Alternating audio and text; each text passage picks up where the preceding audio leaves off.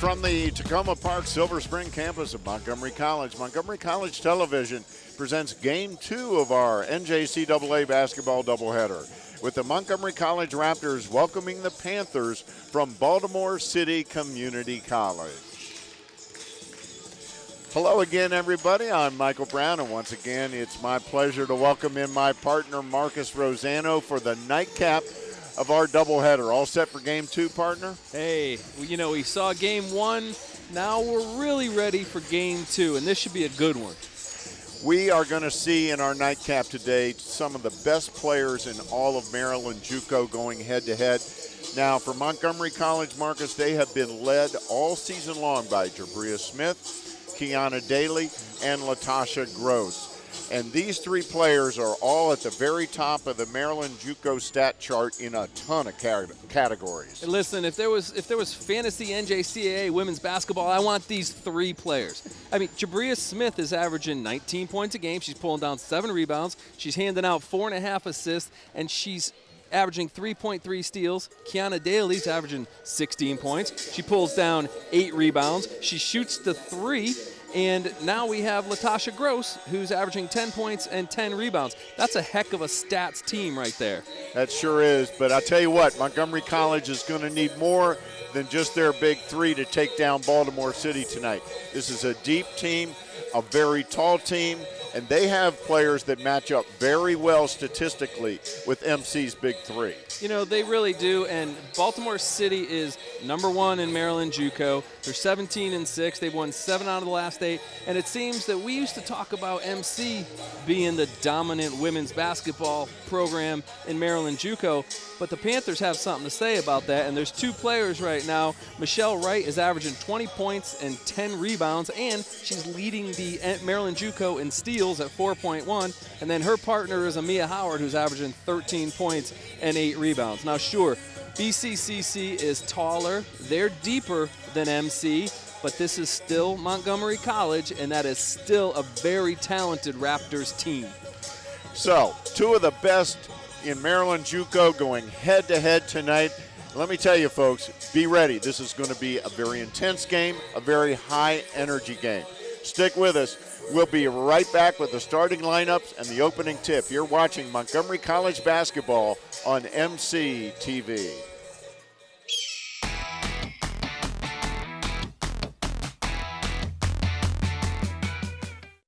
No matter where you're headed, no matter what your age, you'll find it all here at Montgomery College. Small class sizes, over 130 programs of study, seamless transfer options, state-of-the-art facilities, nationally ranked NJCAA athletics. The possibilities are endless at Montgomery College. Apply today.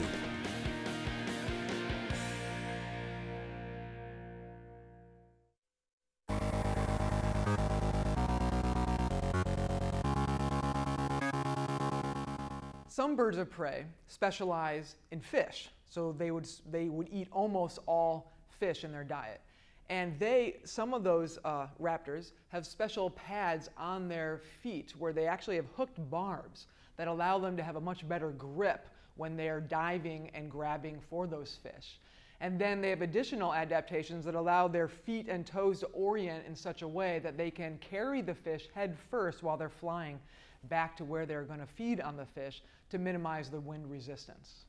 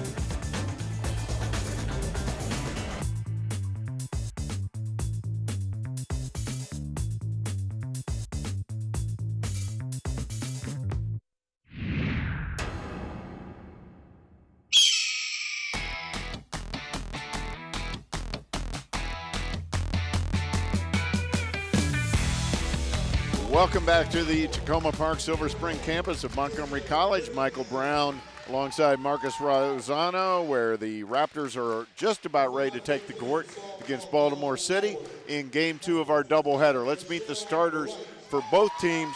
First for Baltimore City Community College, we've got number 4 at forward, Brianna Garrison. At guard, number 10, Danara Duncan. At guard, number 12, Asia Brittingham. At guard, Michelle Wright, who you talked about, Marcus, in the pregame, number 24. And finally at guard, number 32, Tosh Smothers. And the head coach of Baltimore City is Tara Owens. She's in her second year, and her assistants are Arthur Fitzhugh and Orion Gross. And now let's meet the starters for the Montgomery College Raptors. At guard, number 1, Jalen Watson. At guard, one of those fabulous sophomores, number 4, Jabria Smith. At guard, number 10, Fahira Cruz. At guard, number 24, another one of the big 3, Kiana Daly. And at forward, number 42, the final member of the Raptors' big 3 trio, Latasha Gross. And the interim head coach of Montgomery College is Lakeisha Nickens-Gaither, and she's assisted by Melissa Weithman, Pat Carden, and Kima Craig. All right, and we are just about ready to get things underway as the last of the Raptors are being introduced to the crowd.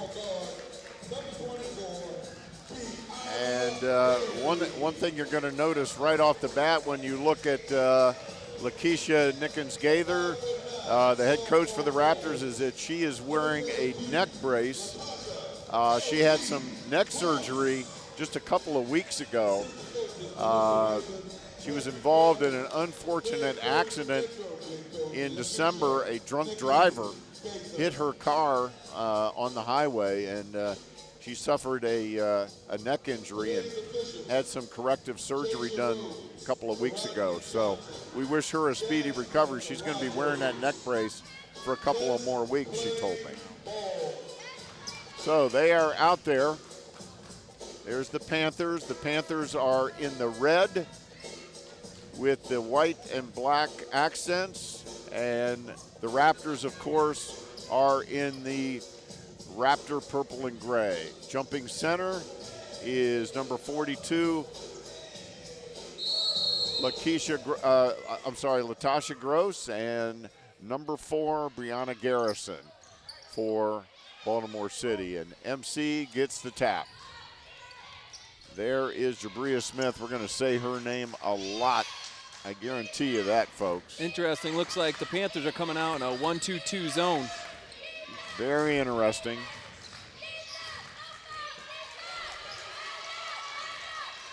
And it's a tough defense, and we knew they had a good defense.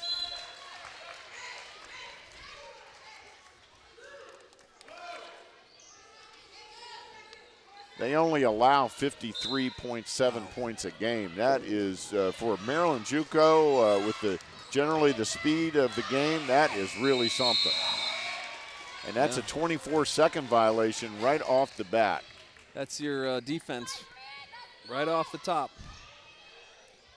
So good defense to start things out. And there's Tosh Smothers. She's taking it in. We get a good look at her. Number 10, Danara Duncan. And we've got a clock issue, I think.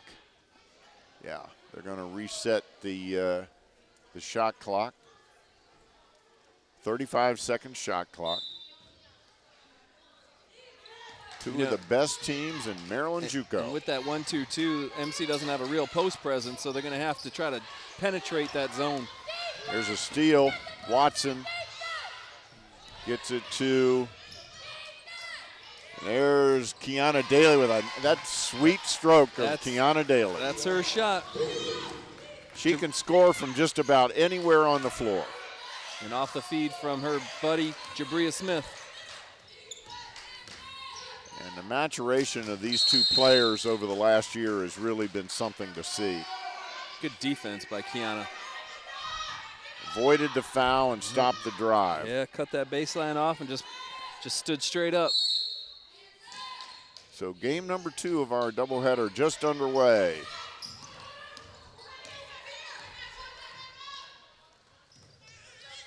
Baltimore City. MC's Number coming out 32, in man. Tosh Summers. Yeah, they're in a man. Down the lane.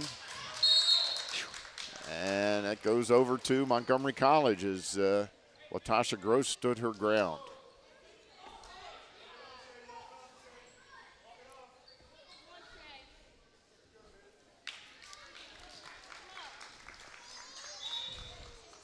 Tosh Smothers may have knocked knees when she was on that drive. Yeah, she's limping off the field. Yeah, looks like her ankle yeah. actually. Is it? Can't tell if it's the knee or the ankle, but she's in some discomfort there.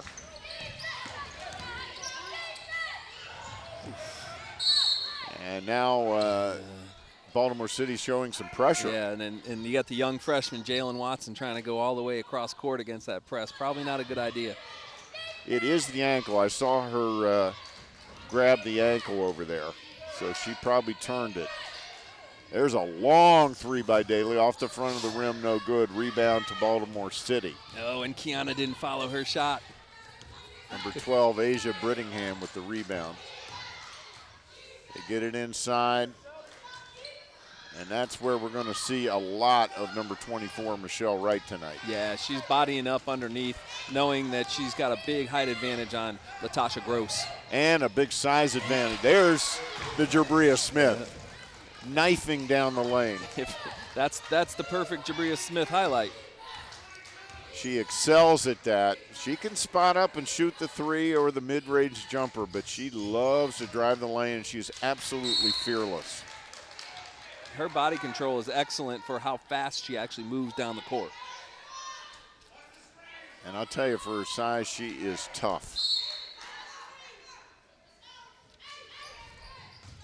Michelle Wright, and she's fouled by Jalen Watson.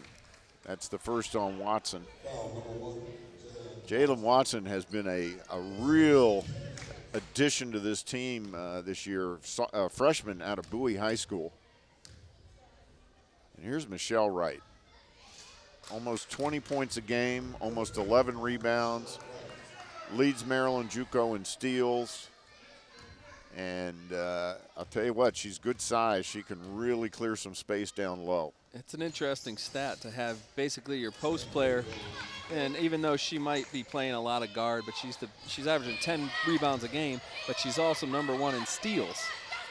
So she has to be very active on the defensive end. Nice pass by Gross, but it was fumbled away, and there's the steal. Little jittery coming out from the Panthers early on. And number 15, Amia Howard, who we also talked about in the pregame, she is in now. So she essentially the sixth man for Baltimore City. And with Tosh Smothers over there getting her ankle treated. There's Michelle Wright with her first basket of the game and the first basket for Baltimore City. That's all strength. She went up amongst 4 arms and just powered the ball up against the glass. The press bothering the Raptors a little bit. There's another turnover. Shot off the mark, no good. Gross with another rebound. She's going to lead the break. She puts it up, no good.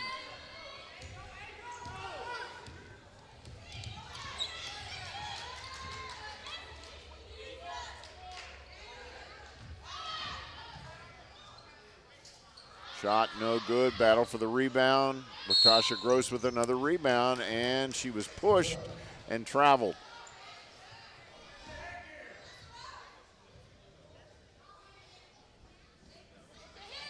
So both teams feeling each other out a little bit here at the outset. A little bit of jitters, I think. This is a high-profile game. Of course, it's a TV game. That adds a little pressure. It does have a postseason feel to it. It does. Nice move by Howard. Ooh, oh boy, her legs came out from under her. And there is Jabria Smith again with her second bucket of the game in the early going. Raptors on top 6-3.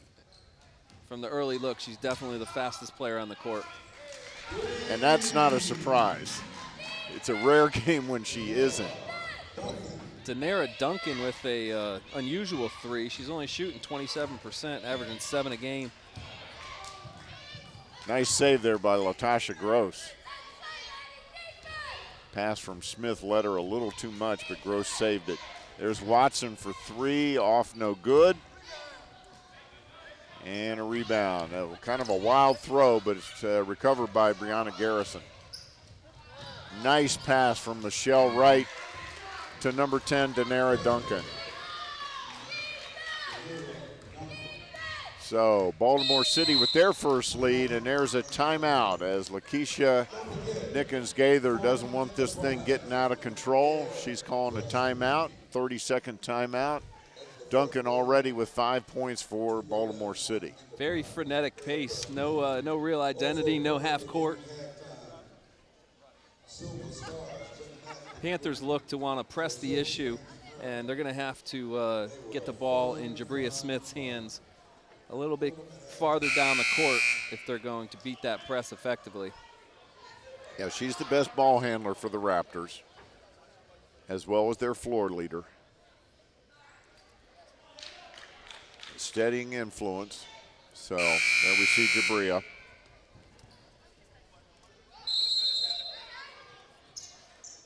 And here comes that pressure again. And so far, it's been effective. In for Baltimore City is number 3, Alexis Wade. She's another one of their ball hawks on defense. And that one missed everything. So now we have number 0, Jasmine Towns in as well for Baltimore City. And just like the men's program here at BCCC, they have a lot of names that are getting into the scoring column. Nice steal there by Montgomery College. That's a lot of depth coming out of this Baltimore school. Again, they are a D1 program. Montgomery College, a D3 program. There's a big difference, folks. And there's a push. Foul on number 10. I'm sorry, number 12, Asia Brittingham.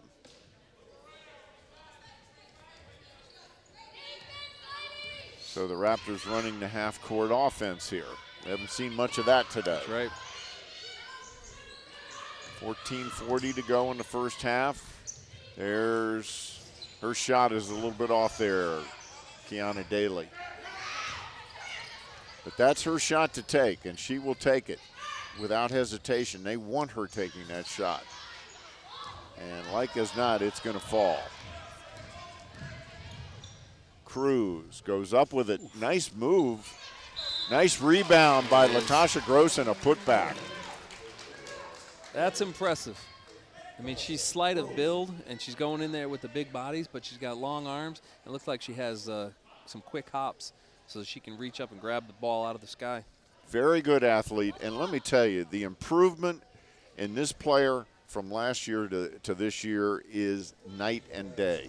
I mean, there's a reason why she's grabbing 11 rebounds a game. She also has to know where the ball's going. Missed the foul shot. But her improvement from last year to this year is dramatic. And what a player she's been for the Raptors this year. Yeah, found Jasmine Towns. Found the hole right there in that zone. And she's got good size too. She's built very similarly to Michelle Wright. She's a 5'10" sophomore out of Newark, New Jersey, Westside High School. So again, you see the effect of being a D1 program. They have numerous out-of-state kids on their roster. There's Cruz from the corner. Nice touch. Wow. Beautiful. Fahira Cruz. Where's that been? Fahira's only averaging 3 points a game. Well, she hasn't gotten much time. You know, if they can get another outside shooter, they'll be dangerous. And there's Jabria Smith, and she's fouled. She'll go to the line. Went good fundamentals, went up with the left hand.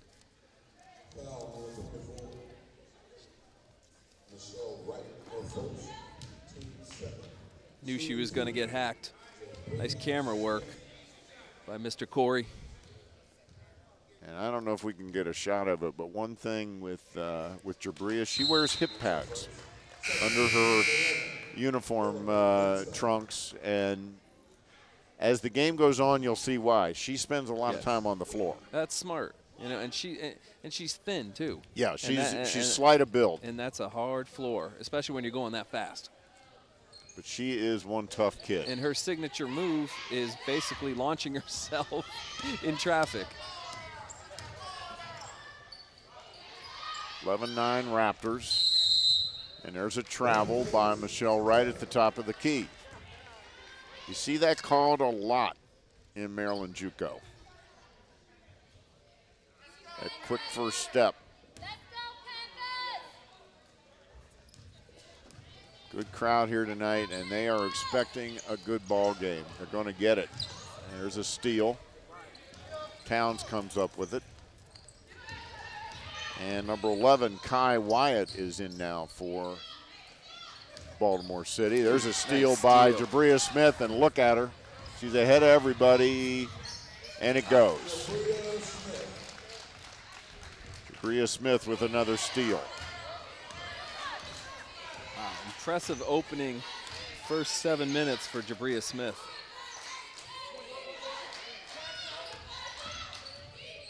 There's Wright, forces it up, no good. Good rebound by Halavia Mensah, who is in now. Very good for rebound. Montgomery College. There's Watson, and she has it knocked away, and she's fouled. So Halavia Mensah, number 11, is now in for Montgomery College. She's another freshman who has really contributed this year. That was a nice pass up the court with Jalen Watson filling the lanes from Kiana Daly. Good for Kiana to keep her head up. Watson misses the first. Only a 43% foul shooter. Yeah, that's a problem because she has the ball in her hands a lot, and she will go to the line a lot as a result. Makes the second. They're both these teams are shooting about almost 64%.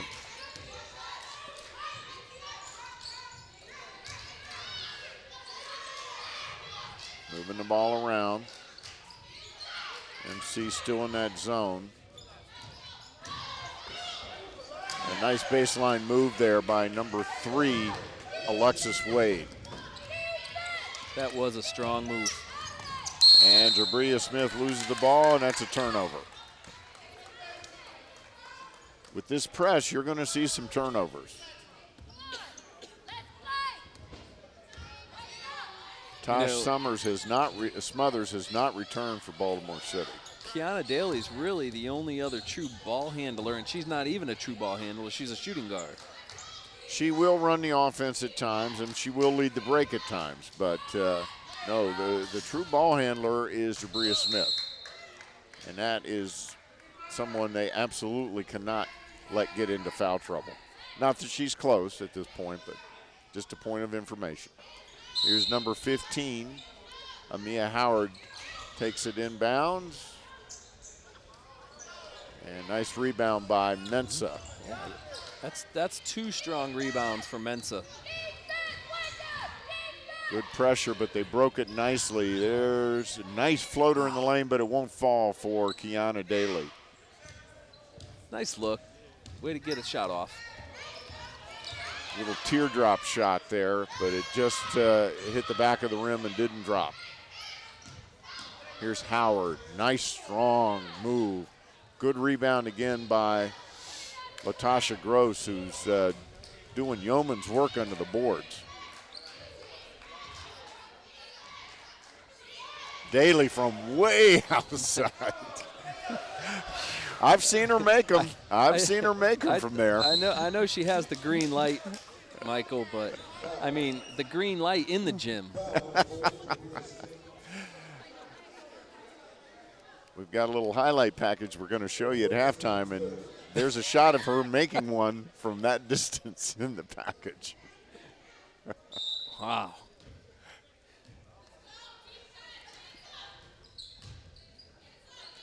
I think she may be trying to get on track a little bit. She hit her first shot, and she's missed her last 3 or 4. So, you know, she's a shooter.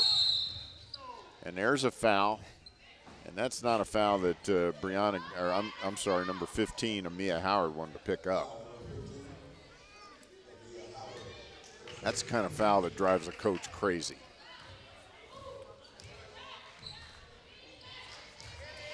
Ooh, a bad pass, turnover. There's Michelle Wright. Got the size and strength advantage there, and she took advantage of it. Yeah, Jabria needs to dominate the ball. And they're forcing some turnovers And now they with are. this pressure. You know, and nobody's coming to help. I mean, to get a body in front of Jabria to use her as a screen to rub some of these players off. And she needs some help back there. She does. Howard with a long 3, no good. 8 turnovers already for MC. And she's got the really long Amia Howard at the top of that press. Nice look there but a little bit of an out of control shot there by Mensah. Nice look by Gross. 5 turnovers for Baltimore City, so it's been a sloppy game so far. Howard, and that's a foul. Couldn't quite cut off the baseline, Latasha Gross. And that's a foul on Gross. Pretty quick first step from Amaya Howard, too.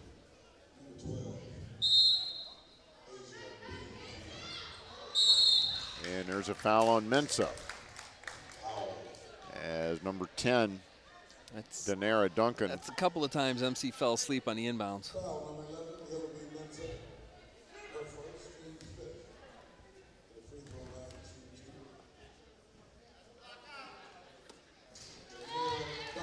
Danara Duncan on the line. She's a freshman out of Coppin Academy in Baltimore. Wearing a big knee brace.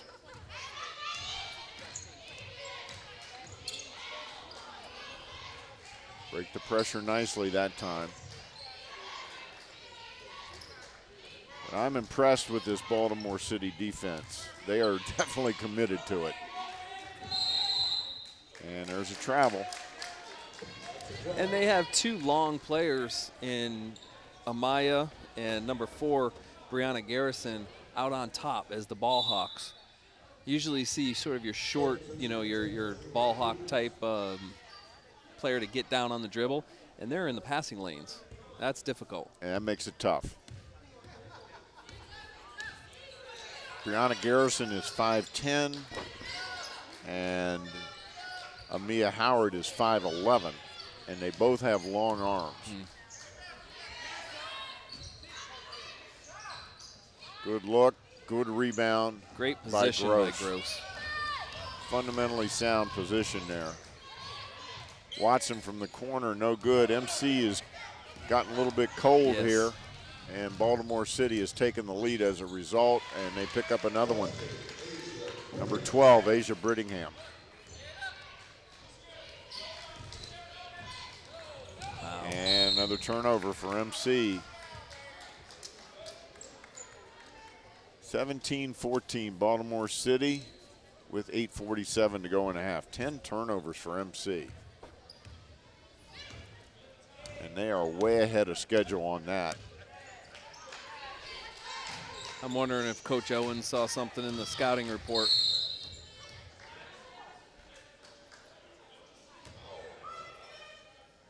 And she's going to the bench, coming in with number 20, Jada Hatcher. Again, this is a very deep team.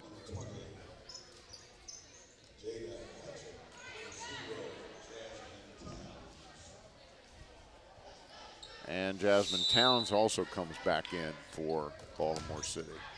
MC's got Erica Lindsay, and she just made a nice defensive play. She's been in for 1 second. There you go. Another freshman. Baltimore City with more experience on their roster as well. Got 6 sophomores. MC with just 3. Nice move by the lefty Lindsay to get in the lane.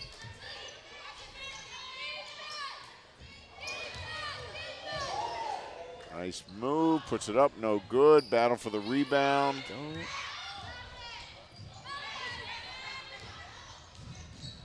17-14.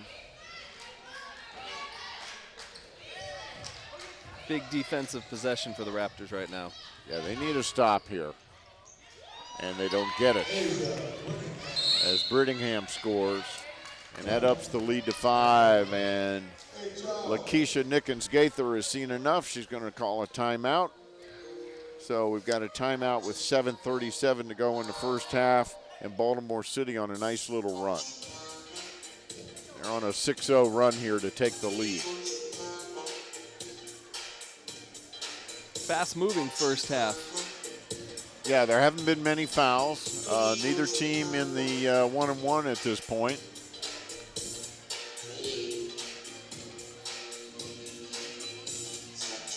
MC's really having a hard time getting in their offense because of that press, and they're going to have to really give Jabria Smith some help.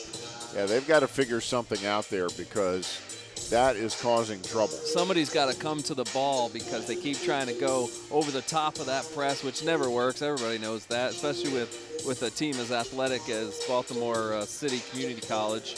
And as long. Yeah.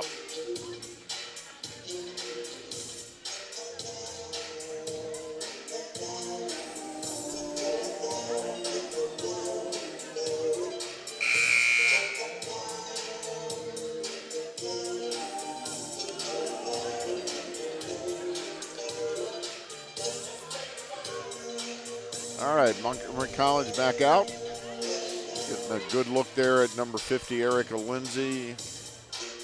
Jabria Smith. Good look inside the Baltimore City huddle.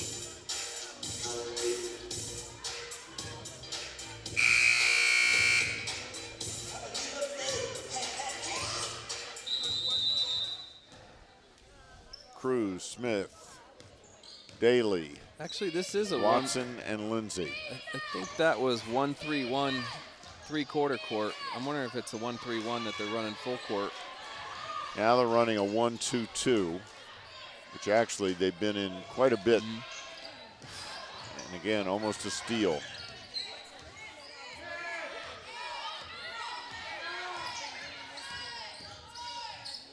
Drive by Jabria Smith, and she gets it. With 1 second left on the shot clock. You could hear the Raptor bench yelling, shoot. Wow, how big of a basket was that? Well, with that run at Baltimore City, whoa! Who's going to jump up and get it? It won't be me.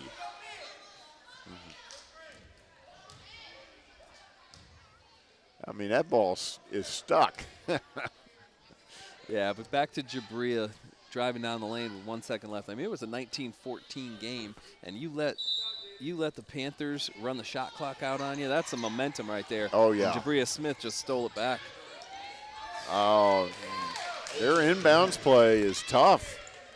Hey, that's a big part of the game. Running those inbounds plays. Got to defend them. 21-16. Jabria Smith from the corner, no good. Rebound, number 20. Jada Hatcher for Baltimore City. They do move the ball well. There's Lindsay with the steal off the tip ball. She's been a nice spark for a couple of minutes. Jabria Smith hung, it didn't fall.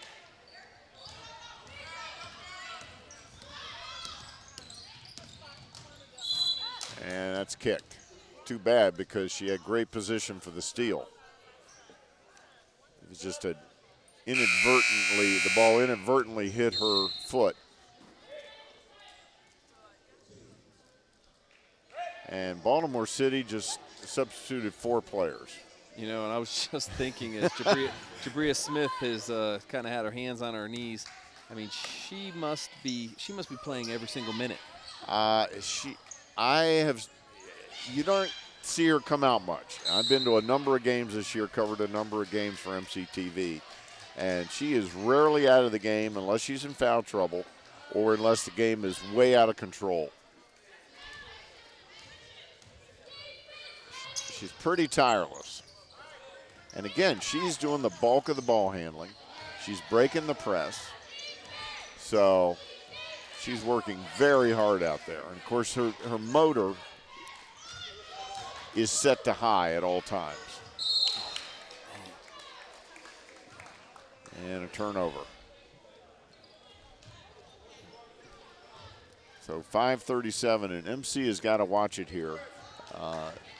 They don't want to let this one slip much further. You know, when Baltimore City plays this many players, coming back from a deficit in the second half is going to be that much tougher for MC. You know, we talked about it in the open. They are a deeper team, and they are showing it off right now. When you can substitute 4 players and continue to build your lead, you're deep.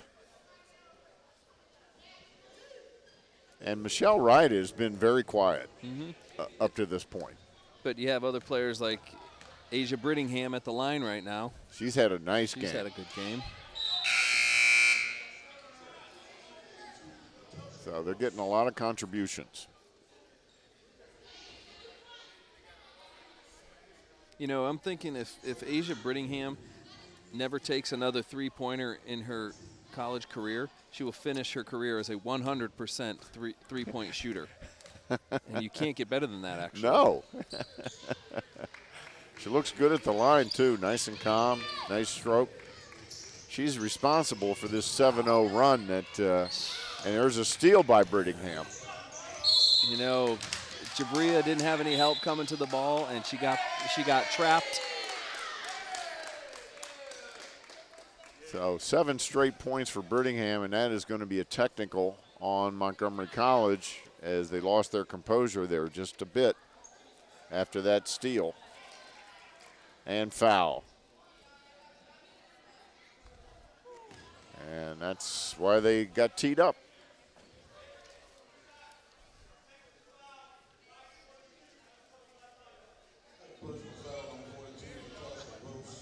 She got called for a 15-yard unsportsmanlike conduct. I didn't know they called it unsportsmanlike conduct in basketball. Goes to show how much I know.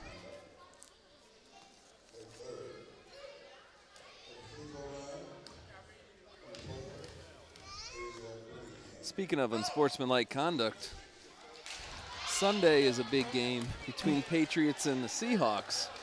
There you go. There you go. And of course, if you're watching this 4 years from now, you'll know that the New England Patriots beat the Seattle Seahawks 31-21. It's my prediction. So check us back in 4 years to see if I was right.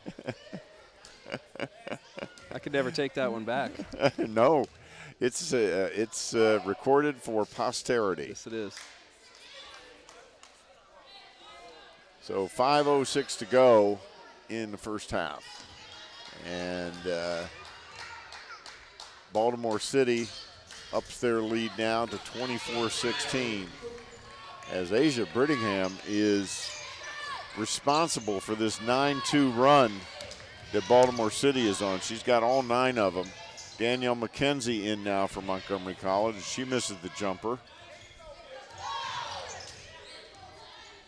And if MC doesn't figure out that press, it's going to be hard to crack into this 8-point lead. That is for sure. Lindsay with the miss.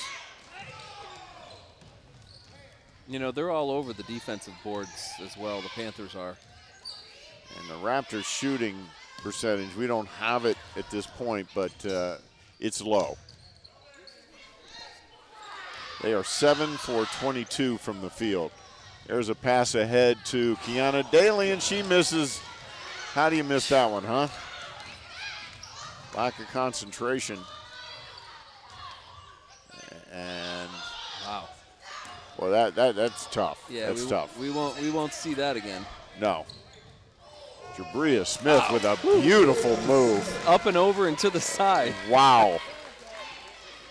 And she breaks the 9-2 Asia Brittingham run there that Baltimore City was on. So MC 7-8 now for 23 from the field in the half.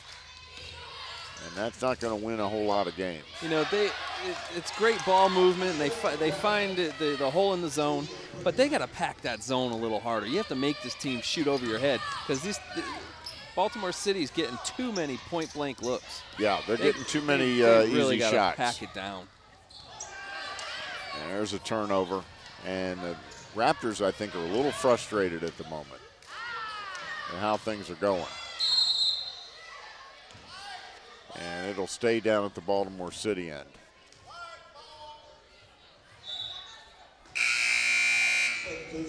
(26-18). You know, and looking at the common opponents here, you see that BCCC beat Howard 107-63, and MC lost to them 80-76. That's the first score that jumped out at me, and I said, "Oh my goodness gracious!" Yeah, that's team pretty is dramatic. scary. And then you go down to the next one where it's Hartford. BCCC wins 89-81. MC loses by 18. Yeah. Yeah. So, again, this is a D1 program and a top quality one. They are the #1 team in Maryland JUCO at the moment. They've won 7 out of their last 8, and boy, I can see why.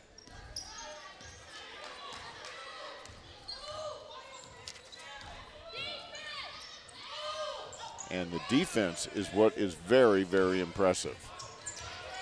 Baltimore City 9 for 27 from the field, MC 8 for 24. And Baltimore City's been to the line quite a bit more. They're 7 for 12 from the line. MC just 2 out of 5. So that's a big difference. And it tells the story of the scoreboard. 2 seconds left on the shot clock. Well, that's tough. Now they're looking at the shot clock. The official. They could be making an adjustment here. Let's see what they do. Now they're running it down to 1 second. So they have 1 second on the shot clock. So this has got to be a catch and shoot. And that's a shot clock violation. It is.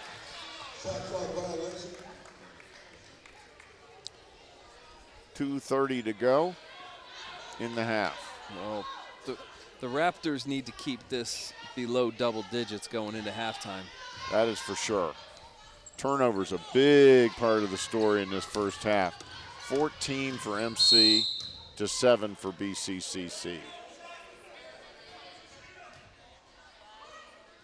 There's a whole lot of initials there, isn't it? BCCC. It's hard to say. It's Amaya Howard, taking Mensa off the dribble, picking up the foul. And she makes the first one. She's a 63% foul shooter. Ben Franklin High School in Baltimore.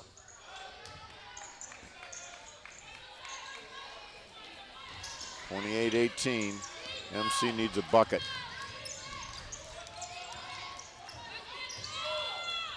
And a steal. After a great start, Kiana Daly has just not been able to get on track offensively, and that has been a big factor here in the first half. That defense has been excellent. That doesn't look like, other than Jabria Smith with an acrobatic move down the lane or Kiana Daly shooting from 25 feet, there's not a real go-to offensive option for the Raptors right now. No.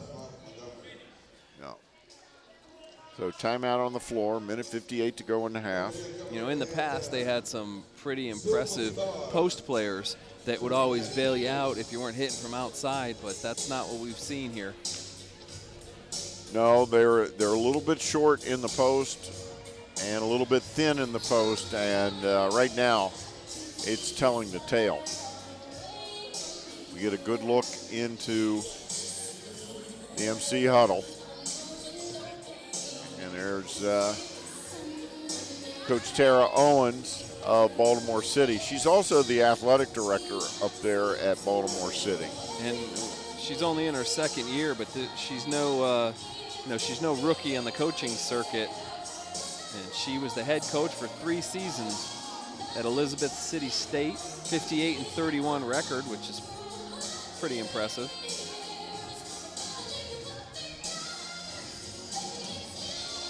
Also head coach at Norfolk State for 2 years, in 2007 to 2009.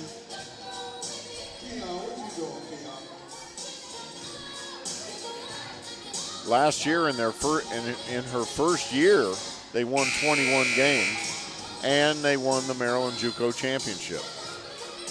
And that was an upset in our minds, considering we thought Chesapeake was the best team in the state by far. That's true. Wow. I remember that very well, and of course we saw what Chesapeake did to Montgomery College last year when they came to Rockville. Wow. Very impressive. Owens really must have coached them up as the season went along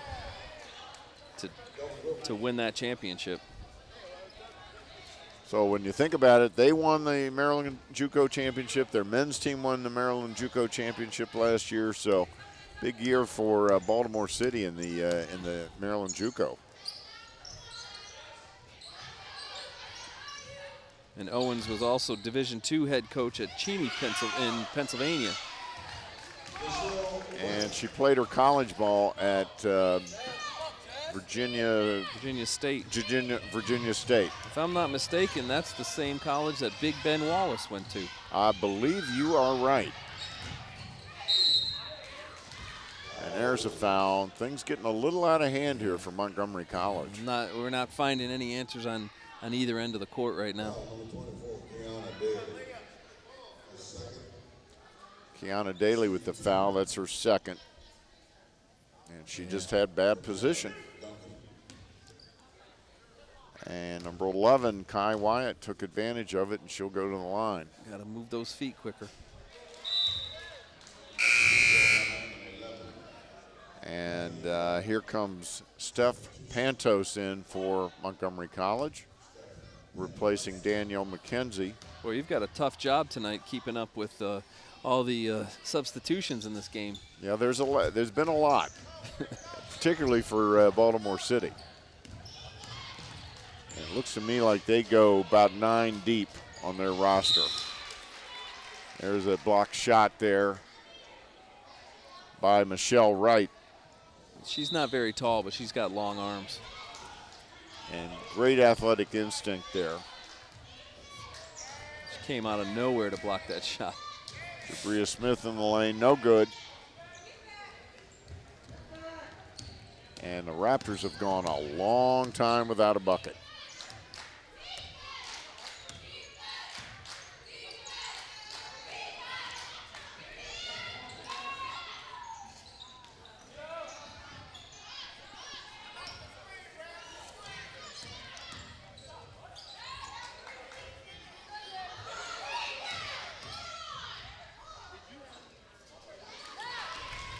At one point, if I'm not mistaken, this was a 14-13 It MC was. lead. You are correct, sir.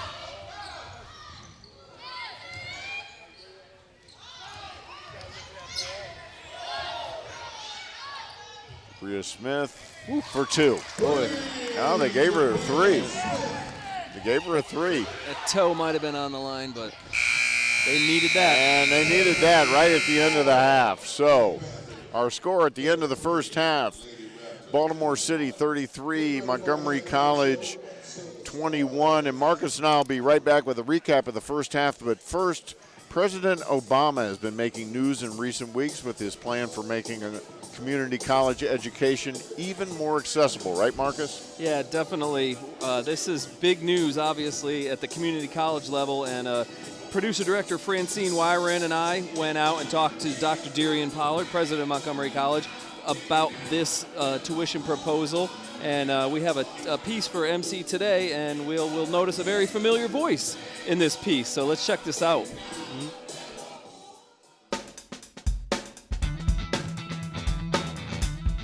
A bold new plan to lower the cost of community college. In his State of the Union speech, President Obama promised a plan to offer free community college to any student who is willing to work for it.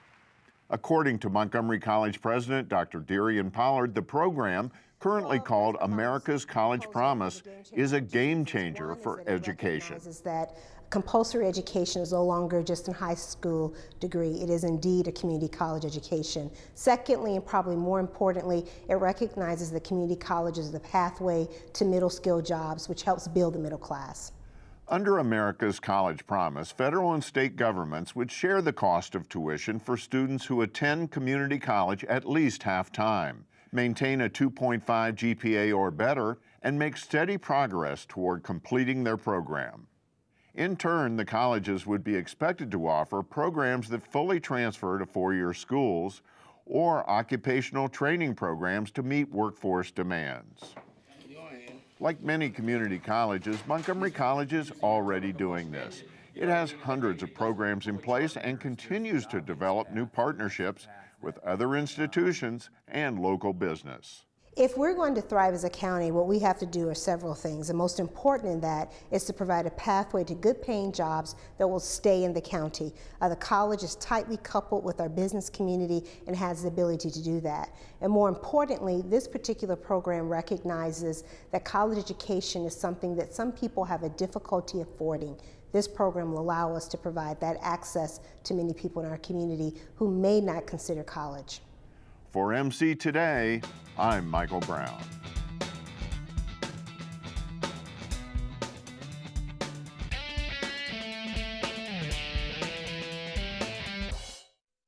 No matter where you're headed, no matter what your age, you'll find it all here at Montgomery College.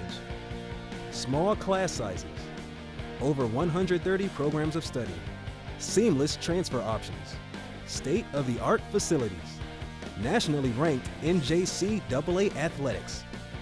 The possibilities are endless at Montgomery College. Apply today.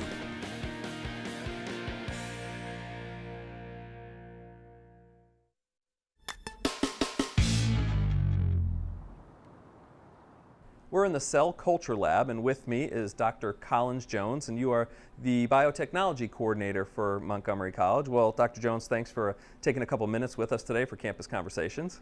Thank you, Marcus. I'm happy to be here. First question, sort of a broad question. Let's go way back. We won't talk about how far back. You started in Takoma Park as a chemistry professor, then you moved up here to the Germantown campus. We've come a long way when it comes to innovation, especially in the biotechnology field, and here we are in this brand new, awesome bioscience education center. We have, actually. The Montgomery College has come a long way, especially this building is sort of the capstone for that. I'd like to say that we are probably one of the most, if not the most innovative community colleges in America today, because we have our biotech program here as well as our other excellent STEM programs, biology and chemistry. And we also have a life science park that's partly here in our Germantown Innovation Center, but also we are planning a life science park here on the campus to interface the college with the local biotech industry and spur economic development here in Montgomery County. Okay, and we're in a pretty innovative lab here. Just, I guess, for a quick couple of seconds, tell us what's going on behind us and actually what goes on here in this lab. Well, this lab is our cell culture lab, and here we are preparing students to enter the biotech workforce, and one of the key skills that you need to have to be successful in biotech is actually to grow cells and culture. So this is a lab that's dedicated specifically to that. So behind us we actually are growing cells in shake flasks. These are insect cells, which are one of the types of cells that companies use. Okay. Behind us on the other side are tissue culture hoods, there's incubators, and so this lab is specifically dedicated for cell culture. That's pretty awesome. Now, we are in a pretty good spot when you're a student or if you're a professional, as we were talking before, we have bachelor's degree winners here, we have master's degree winners here. So you have students, you have returning students, and then you have professionals who can all take advantage of not only the equipment that we have here, but in the area that we are here in Germantown. Exactly. The biotech program has put at least 300 people to work in the local biotech industry, and about 50% of our students actually have a bachelor's or a master's degree. We have 8 students actually who graduated from College Park this past year, taking our classes to prepare them for a job in the biotech industry. But in addition, we have state-of-the-art, actually amazing equipment here. I brought some friends up from the FDA the other night, and their mouths were dropping at what we have accessible here. So the students will actually learn on state-of-the-art equipment that even some of the smaller companies don't have, and we're looking for ways to partner with them to spur that innovation theme here in the county. Talk a little bit about maybe a couple of things that somebody might not know that the students are doing here hands-on. I mean, we see a bunch of the pipettes, am I saying that right? Yep. So what are they actually doing? Maybe a couple of things that you can tell us that they're working on hands-on.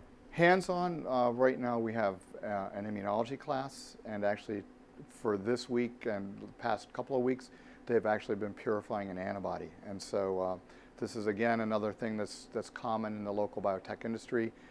In our intro immunology class, they're purifying antibodies at the bench scale, but when they take our biomanufacturing class, we're actually going to have cells make this antibody in bioreactors, and they're going to move into our protein purification suite and do a slightly larger scale purification, again using the same equipment that you would find at any of the local biotech companies.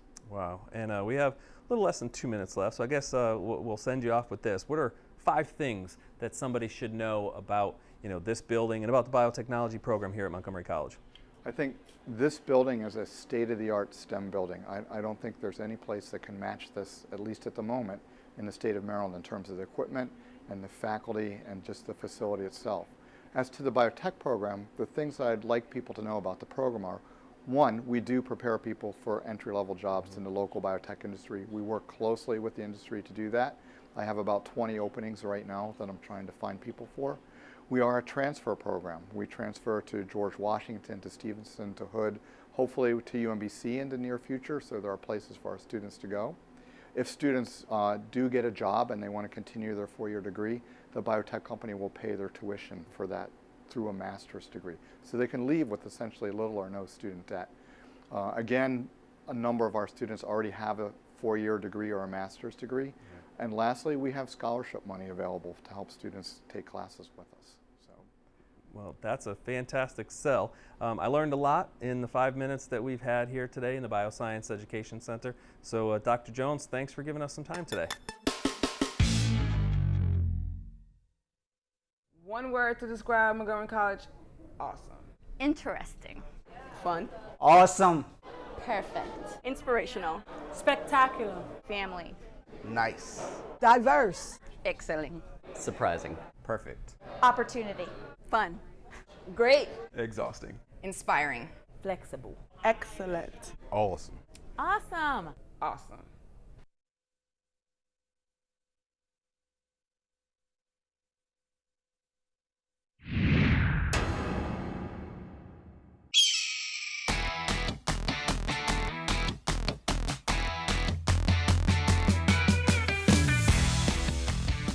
And welcome back to Montgomery College, where we are at halftime. Once again, our score, Baltimore City 33, Montgomery College 21. And Marcus and I talked in the pregame about the trio of sophomores who've been leading Montgomery College all season long. Of course, you got to see Jabria Smith, Kiana Daly, and Latasha Gross in action in the first half. Let's take a look at some of their highlights from the first half of the season. As the 2014 MC basketball season has unfolded, a trio of sophomores has stepped to the forefront to lead the Raptors women's team. Co-captain and point guard Jabria Smith, co-captain and shooting guard Kiana Daly, and forward Latasha Gross have embraced their leadership role and shown the way for a young and inexperienced Raptors team. Jabria Smith is a 5'5" blur of a point guard from Washington Latin High School who's blessed with incredible speed, tenacity, and fearlessness. She leads the Raptor break with abandon, spearheads the ball-hawking Raptor defense, and drives the lane with absolutely no thought of backing off. She plays the game at full speed every second she's on the court as she fills up the stat sheet night after night. A 2-year starter for the Raptors, she averages 19.2 points a game, first on the team and 8th in Maryland JUCO. She dishes out 4.2 assists a game, first on the team, 5th in Maryland JUCO. She averages 3.3 steals a game, first on the team, 4th in Maryland JUCO, and as a 5'5" point guard, she pulls down 7.2 rebounds a game. She is quite simply the motor that makes MC go. Her fellow co-captain, Kiana Daly, is the perfect complement to Smith's never-ending aggression. The shooting guard is a smooth, calm presence on the court. She plays and looks like nothing ever bothers her. But don't let that cool facade fool you. Daly is a fierce competitor who has really upped her game this year. A natural jump shooter, she can score from just about anywhere on the court. She has one of the sweetest shooting strokes you'll ever see. The arc on her jumpers is a thing of beauty. But she's also no stranger to the lane, and she gets to the foul line a lot, where she hits 78.2% of her shots to lead the team. She's also the team's second leading scorer at 16.5 points a game, leads the team in three-point shooting, and grabs nearly 8 rebounds a game from the backcourt. She's a ball hawk too, nabbing over 2 a game and often leads the resulting break. The surprise addition to the trio is Latasha Gross. She was on the team last year, didn't play a lot, and was definitely a work in progress. She was a raw talent who needed a lot of work, and that's just what she did. She worked her tail off and is now clearly a team leader. She runs the floor very well, showing great court awareness on the break. She's very active on both ends of the court. She's quadrupled her scoring average from last year to almost 10 a game. She leads the team in rebounds with 10.8 a game, and she wreaks havoc on defense, where her long arms and tenaciousness have led her to an average of 2.5 steals a game. And she's become a very fine foul shooter, hitting almost 70% of her tries. It's fair to say that without this big three, MC would not be enjoying the fine season they're turning in. These three are the difference makers. Well, Marcus, I think that highlight video really shows you the impact of these 3 sophomores. And you know, they're doing exactly what a coach would hope sophomores would do at this level. They're showing the young players just what to do at this level. Well, you know, we expected it out of Jabria Smith and Kiana Daly, and we saw their talent last year when we did their games, and we saw Jabria Smith running up and down the court, you know, fastest player on the court. We saw Kiana Daly stepping back, shooting 20-foot threes. And what we didn't notice or what we didn't realize was that Latasha Gross was going to be such a good player. And they really needed that height, and they really, well, she's not that tall, but they needed her tenacious rebounding. And she's averaging 11 rebounds a game, and that's huge for the Raptors this year. Well, I know Coach Nickens Gaither is real fortunate to have them on the team. They've certainly lived up to her expectations this year. We're going to take a quick break, and then we'll be right back with a look at the first half stats and the start of the second. You're watching Montgomery College basketball on MCTV.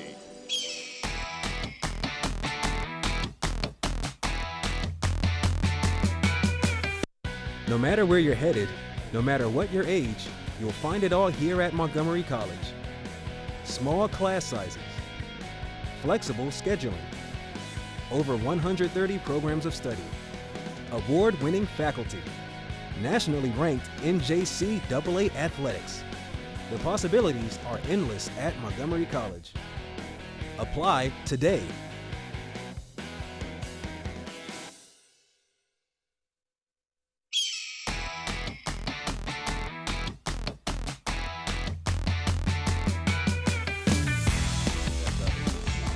And welcome back to the Takoma Park Silver Spring campus of Montgomery College. Michael Brown alongside Marcus Rosano.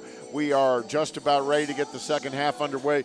Marcus, let's take a look at some of our first half stats. They definitely tell the story. Yeah, you know, coming out of the break here, we see 17 turnovers for MC, 7 turnovers for Baltimore City. And you saw the press, as soon as the ball was tipped, They went full court press, and MC really has one true ball handler. She's not getting any help, on our side, on her side of the court. It's been really tough getting the ball over, and if they don't find a way to break that press, this thing could get ugly pretty quick here in the second half. That's for sure. The other stat that jumped out of me was the foul shooting.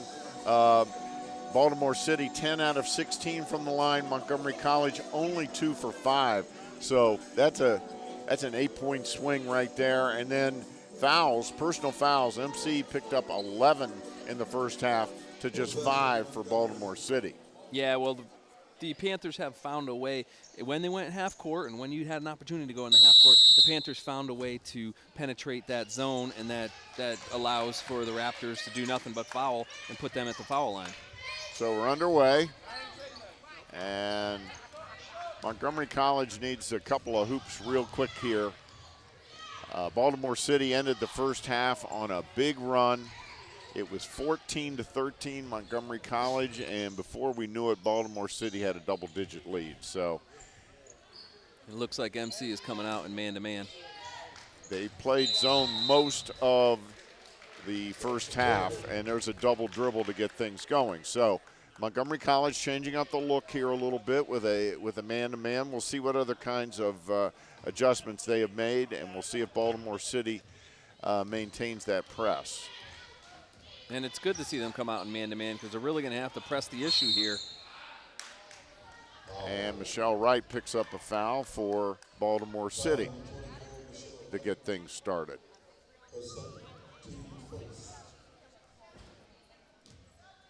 Kiana Daly had a rough first half for Montgomery College. She got off to a great start, but then the shot just would not fall. So they need to get her going. There's a 3 off the rim, no good.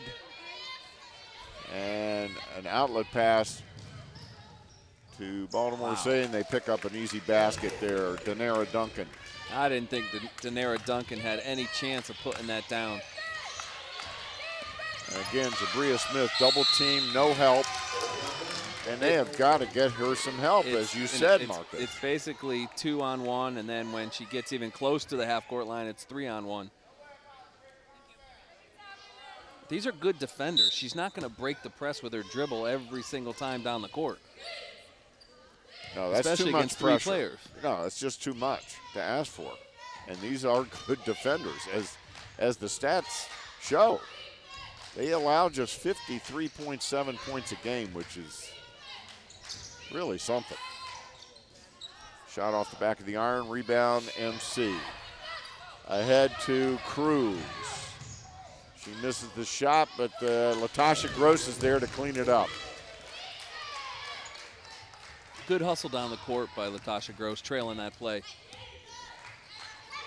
And she picked up the putback basket. And that's what you love to see your best rebounder do. Shell Wright with the miss. She stays at it and scores. That's just strong.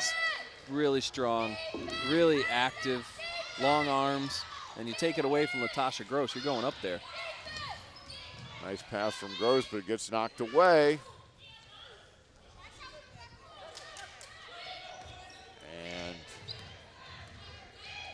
so the same starters are out there for both teams who started the game. We haven't even seen too much from Michelle Wright.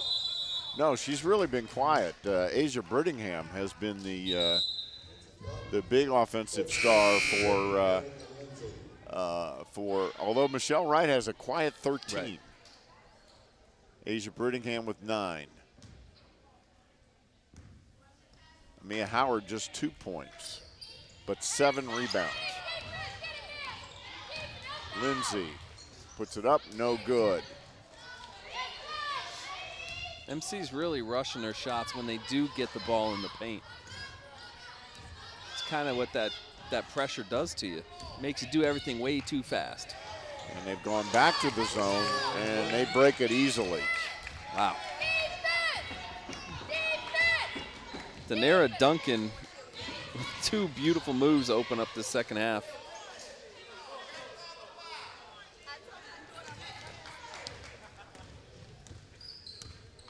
And all of a sudden that lead is up to 16. 12 at the half.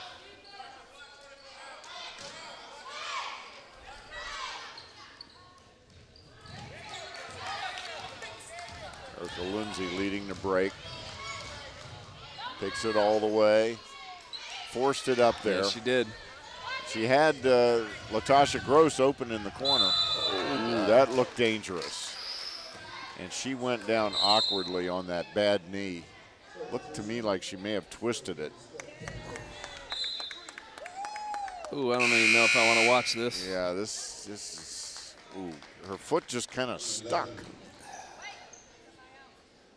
And she's lucky she had the brace on. Luckily, and her right foot actually got stuck underneath her. Ow. So let's hope she's okay.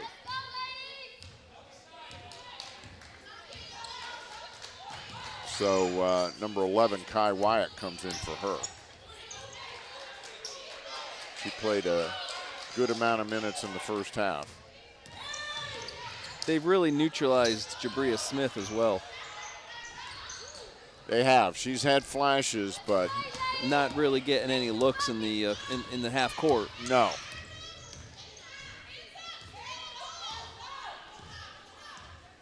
Baltimore City very patient right now.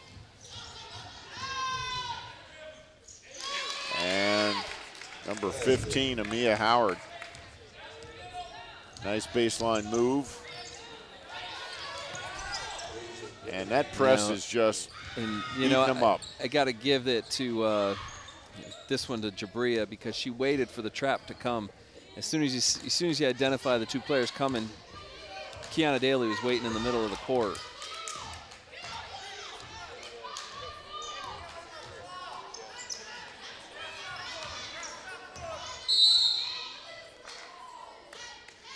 And there's a offensive foul called on number 0, Jasmine Towns. She does not agree with the call, as is often the case. You could tell.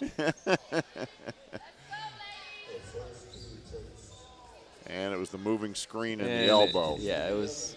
That was a good call. Could have got her with 3 different fouls there. Yeah. Take your pick. I believe they called it for the moving screen.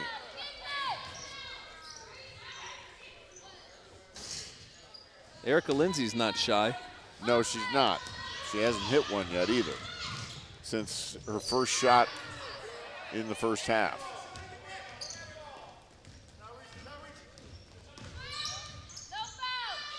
Well, this game got off to a really good start for MC. It did, and it's kind of deteriorated. And I lay it at the feet of the Baltimore City defense. It's just it's very impressive. MC has not solved it.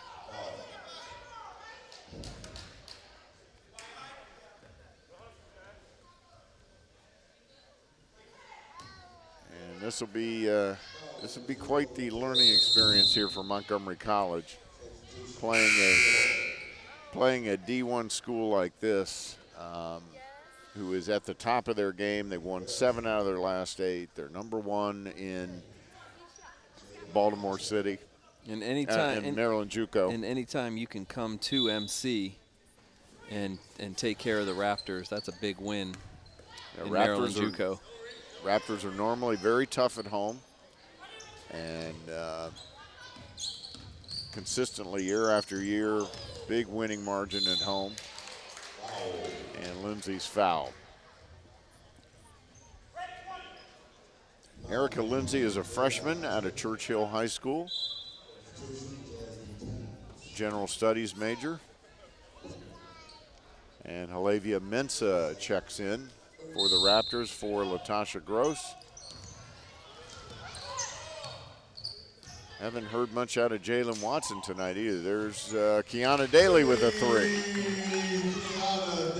A few more of those and you might have MC right back in it. I'll tell you, the Maryland JUCO tournament's going to be interesting as we're hosting that at the Rockville campus, both the men's side and the women's side. That's the first year we've hosted that in quite some time.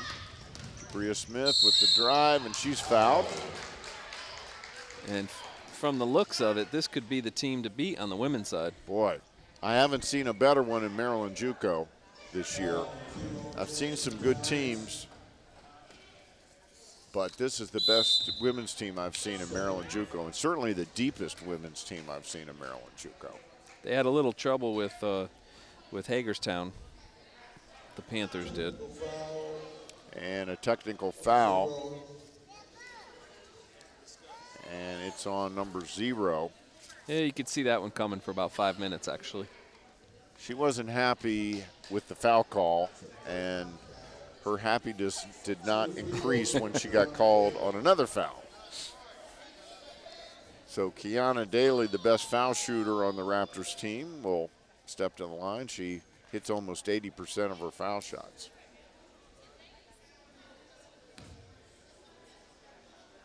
And Tara Owens is having a little talk with Jasmine Towns over there in the BCC. Yes, she huddle. is. She is expressing her displeasure. Well, you've been a coach at so many levels as Tara Owens has. The Panthers better listen. And Kiana Daly makes them both. Kiana Daly is also a track star for Montgomery College. She medaled last year at the National Track and Field Meet in the discus. Set a record for Montgomery College. So she's one of the multi-sport athletes. Of course, Latasha Gross is also a multi-sport athlete for MC. She's on the women's softball team. She was the most improved player on the team last year. So, speaking of improved, how awesome is our track team now? oh my gosh. It's thrilling to see what's happened with that program under Jamal Schools and Tom Payne, the two coaches. And Tom Payne tells me they're going to be even better this year. Well, they've got a good thing going. They sure do. And those, it was a great treat for me last year to go up to the National Track and Field Meet and cover the Raptors, and they really did well. And that's a 5-second violation. And you got some great coverage being up there. You got national champions. I sure did. I mean, that's fantastic. And you know, we use that not only in our MCTV sports coverage, we actually use that in year-end videos. And you know, it's great to be out there documenting how fantastic this athletic program is, and being up there to watch national champions. And to get that on MCTV Sports, I mean, that is fantastic recruiting. That is fantastic community engagement. I mean, you're just showing that, yeah, these are student athletes, but they're national champion student athletes. I'll tell you, last year going up there, I had never covered a national track and field meet before. I was up there by myself. It was maybe the hardest I've ever worked in my life, but it was the most pleasurable 3 days. The kids were so excited to have me up there. They were so grateful and thankful. I don't know how many times I was thanked for being up there and publicizing what they were doing. And let me tell you, they performed so well. And you know they were happy. They were very happy to see the voice of Montgomery College athletics with his camera. That's for sure. So it was great fun, and track and field is really a fun sport to cover. It really is, because there's such variety to it between the field events, the various running events. And I covered it when I worked at the newspapers when just out of college eons ago. You have to be fast as a person covering it, yeah, because there's things going on at all times. There's multiple events going on, and you want to try to cover every MC athlete if you can. I'm thinking I'm supposed to be getting the 400, but our best guy is going for the high jump now. I'm like, what am I supposed to do? Well, but a couple of times I had to make that call. Okay, we got an athlete in the long jump. We've got multiple athletes in the 4x4 or whatever it might be. So. And speaking of MCTV sports coverage and YouTube, we have a player who's one of the best players on our team, Kiana Daly from Roxbury, Massachusetts. And you know how she understands what Montgomery College is. She saw it on YouTube. That's for sure. And that's why she's here. What a great recruiting tool. Jabria Smith now with 16 points. And leads all scorers for Montgomery College. And all of a sudden this lead has been whittled down. It was 16. We should continue to talk about how awesome MCTV sports coverage is. I think we should. And let the Raptors take care of business on the court. And they've got some life going here. Jabria Smith with 16 points, 3 rebounds, 3 assists. And we've talked about how good this defense is, and now let's see if they turn that defense up, and we'll see if MC has an answer for them. I mean, we've got a game. They have cut into the lead. And apparently the officials conferred and flipped things around. Possession arrow was lying to us. The possession arrow was a little slow on the uptake. Good look there to Mia Howard, who we talked about in the pregame. But MC has definitely turned it up a notch. Howard right to the hoop, though. She's a slasher. She's really good going to the basket. Big bucket for the Panthers. 6 points, 10 rebounds for her. Real big bucket for the Panthers. Mensah, nice putback by Jabria Smith. Really smart play for Jabria Smith. Not something that you see her doing, battling with the bigs, but that was smart. MC has definitely turned up the defensive pressure. Ahead to Smith. She puts it up, and she is fouled hard. Wow. Fouled hard by Danara Duncan. And hard foul, but good foul. Yep, it was a hard foul, but a good foul and a fair foul. And she did her job. She prevented the three-point play. Boom. I mean, it was a pretty good slap. Okay, so it was a decent foul, but a hard foul. And right in the lap. The replay changed my attitude a bit. Wow, 8 team fouls already on BCC in the half, none on Montgomery College. Well, that's a big change from the first half, wow. Obviously. Rhea Smith makes the second, and that cuts the lead to 10. So MC on a nice little run here. And let's see if they can keep up the intensity. Because again, and there's a travel. Again, Baltimore City with the depth advantage. And MC, you've got players like Jabria Smith, and although Kiana Daly's getting a little break right now, Jabria Smith has not been out of the game for a second. Oh, that's a danger zone. And there's a turnover. You know, it's tough not having Kiana in the game along with Jabria, but you can't have these kids playing all 40 minutes, but Kiana looks like she may be having a little physical issue over there. Her stretching a bit. Just trying to stretch out one of her calves, I believe. But as soon as you get the ball out of Jabria's hand, out on the outside, it just spells trouble, and we just saw it. And there was the go-to move that time. I mean, a great dump-in pass. I mean, Michelle got position on Latasha Gross. She's got the size advantage, both height and width.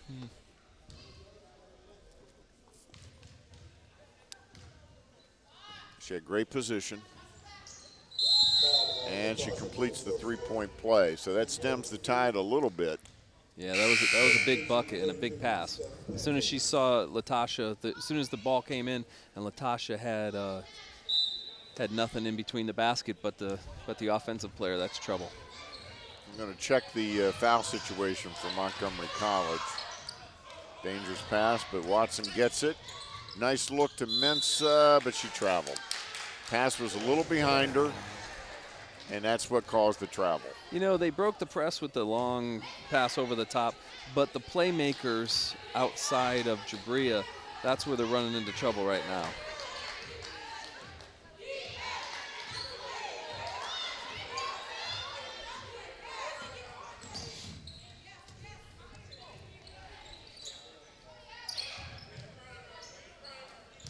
Nice look inside.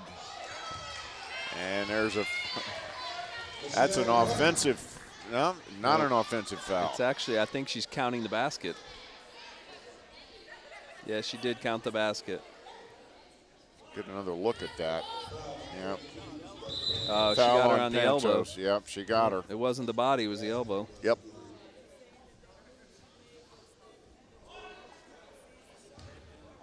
Michelle Howard cleverly used her body to clear some space there. I'm sorry, Michelle Wright, and she completes the three-point play. So they have stemmed the tide just a bit. And all this with Kiana Daly on the sidelines, and she's definitely trying to work something out, whether it's a cramp or what. But she's conferring with the trainer over there.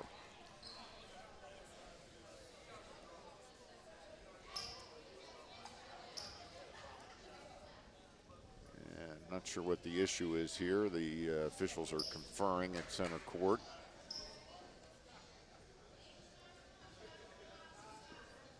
Could be a shot clock issue. Yeah, I think the shot clock got started a bit late.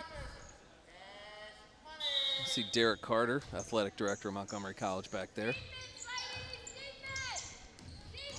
Next to our buddy Tom Payne. Yep, talking about Tom Payne, the assistant coach of the men's track team. Another one of those Mr. Everythings for the athletic department. He's like everywhere, does everything. Like our buddy Mike Simone. Yeah. And Gory Javon out at Germantown. Those are three hard-working people, let me tell you. Montgomery College trying to get things fired up here. Jabria Smith off the back of the iron, no good, no rebound. And another foul on Pantos.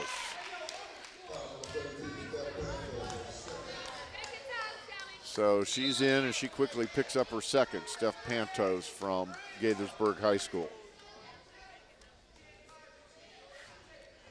Criminal justice major. I think we had a 41-31 game. Yes. There was a 10-point spot, and MC could not break the double-digit barrier. And they go inside to right, and she's fouled again. You know, and now she's really showing why she averages 20 points a game and 10 rebounds. I mean, watch this spin. As soon as she gets the ball in her hand, she spins right back to the bucket. And a very nice entry pass there by Nanera Duncan.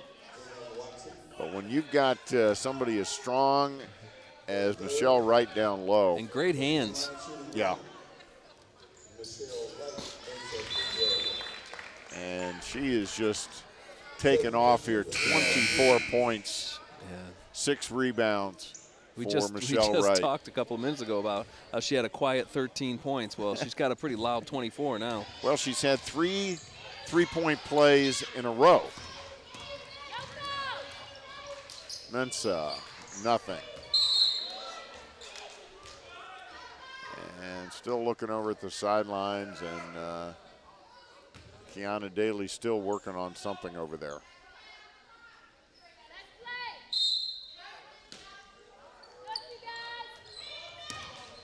And she definitely is having a physical issue.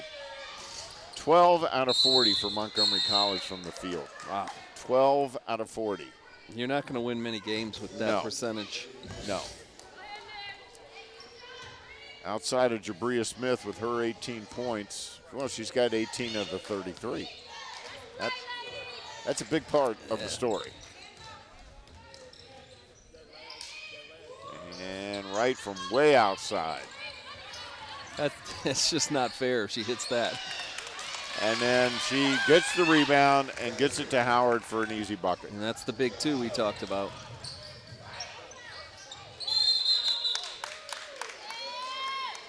And down goes Jabria Smith.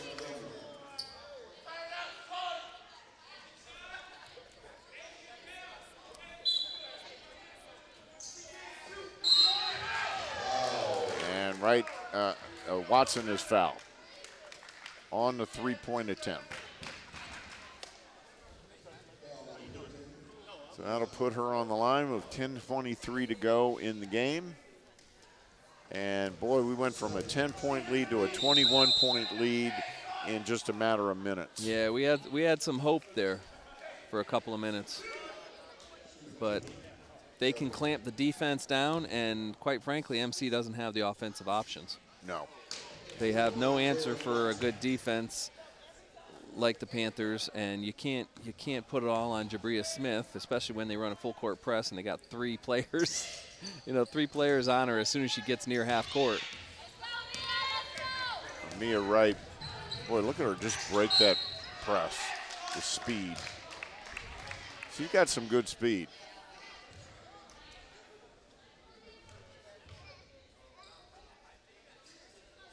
.5'11" player and a lot of speed. Denera Duncan's played a good game, especially in the second half here. Really done a nice job from the point. Very controlled player. Good passer. Well, from what we've seen from last year and again this year, in only her second year, it looks like Owen's Panthers team is going to be a force to be reckoned with in the next few years. Well, that's for sure. 21 wins last year. They're on their way again. Yep, another turnover. Howard picked up her 10th point on that second foul shot, so another Panther in double figures. And they have figured out that Montgomery College just has no answer for Michelle Wright down low. And they're going there every chance they can get. Yeah, well, there's no height on the floor right now. Erica Lindsay's the biggest player. I mean, you have Latasha Gross on the sidelines. Kiana Daly on the sidelines. At the free throw line, shooting 2, Asia Brittingham. And Asia Brittingham, who had a very good first half, makes the first foul shot.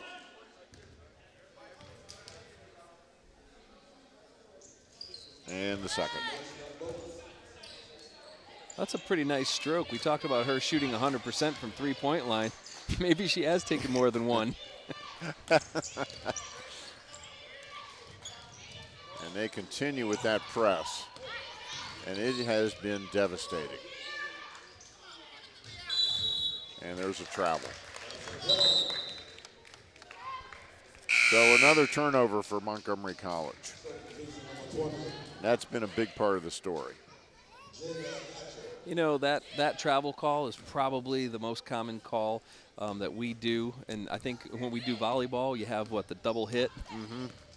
Those are the ones, as soon as you see it, you know it. You don't even wait for the signal from the official. You just know what it is.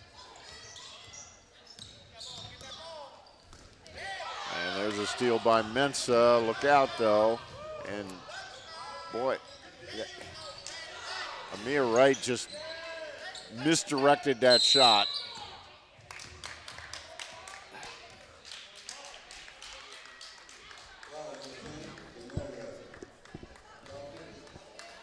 And not sure what the call was there. This is a big deal for Baltimore City. I mean, they're coming to Montgomery College. Montgomery College basically has been the perennial for the last probably 10 years power in Maryland JUCO, and they've gone to the national championships. They've gone to the Final Four.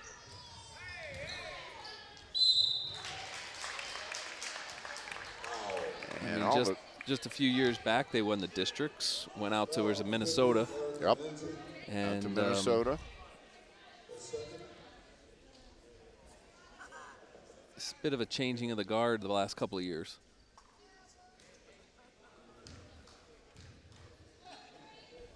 Oh, I remember covering Baltimore City games a few years ago, and that was a pretty sure win for both the men's and women's team for Montgomery College. But things have changed with Tara Owens now running the women's program. Carrie Matsko has really gotten things going there for the men's program. So, yeah, Big change. And Tara Owens is the athletic director there. That's correct. And she's been at so many levels here when we talked about Norfolk State and Cheney and Elizabeth City State. She's going to run things how she wants to run them.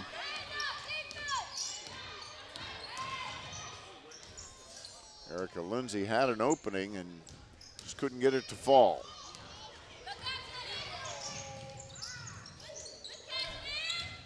Athletic move there by Mia Howard. Wow. And then there's Daenerys Duncan again.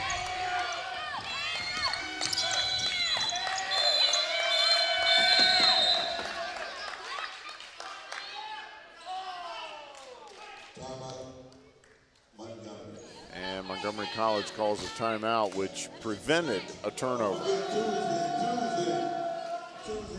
So, got about 8:25 to go in the game, and it's out of hand right now. You know, if I'm doing my math right, it is a 21-2 run for the Panthers. Oh my gosh, I do believe you're right. Now I'm looking at the scores for Montgomery College, and that tells you the story right there. A lot of zeros. 19 points for Jabria and only 7 for Kiana. And then all the way, your next high scorer is Latasha Gross. Yeah, at 4. So, and then you look at assists. 6 for Baltimore City, 3 for Montgomery College. Rebounds, 30-21. Fouls, that's about even. But shooting percentage is, oh my gosh. Montgomery College, 12 out of 44. Baltimore City, 21 for 46.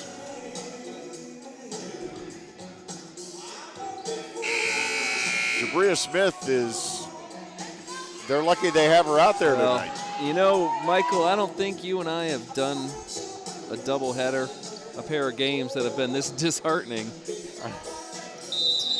And I mean, I don't think we've ever done 2 games that have gotten this bad. No. Free throws, Baltimore City 19 out of 25, and Montgomery College 7 out of 15. So just about every offensive category, Baltimore City with a decided advantage. And it's getting ugly now.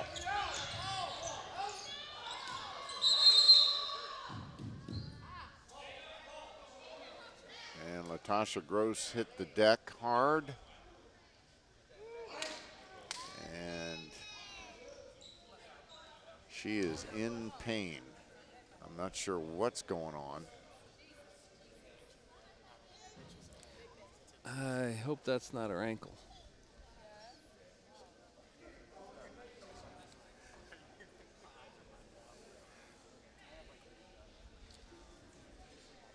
And looks like she did roll her ankle.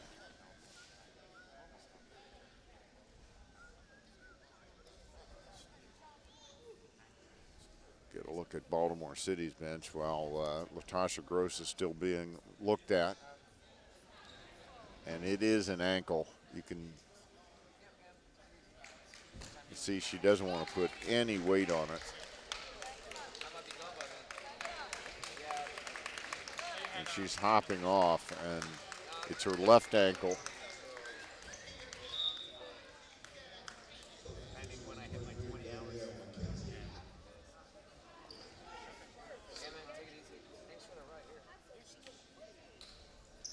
Phew, that scared me for a minute. I thought I saw it going a little different angle. Yeah. I think that might have been the point of view we had. So, 7:51 to go in the game. Jalen Watson, no good. Well, and Baltimore City on the run. I guess it's back to the drawing board for Lakeisha Nickens-Gaither. Yeah, this did not go the way she had hoped, obviously, or thought it would go. A lot of work to be done. Talked to her earlier today, and she felt this would be a close one. She felt it would be similar to their game against Hagerstown just a few days ago, where Montgomery College played the D1 Hagerstown team who gave them everything they wanted before losing by 2 points. But it has not turned out that way.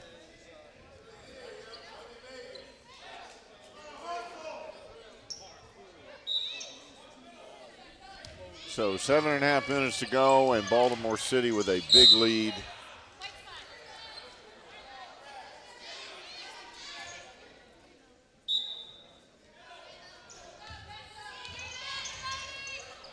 And Baltimore City has enjoyed their trip down 95 tonight. So smart from Owens to put those 2 long players at the top of that press, causing such problems from the outset. Long, athletic players, and they really wreaked havoc out there. In and out on that 3.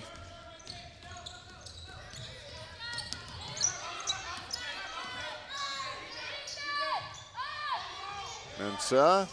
Oh, there we and go. she gets it in there. That broke a long streak. Boy, that was a long drought. 21-2 run. And that is the first non-starter who has scored for Montgomery College tonight. And obviously, that's not the case with Baltimore City. We talked about there being basically a lack of depth in comparison to the Panthers. Mensa with another bucket. Baltimore City has not let off the gas either. They're still putting pressure on. There's a steal by Mensa. Pushes it. And she is, oh, that was questionable foul there. Not in terms of whether it was foul, but the type of foul it was.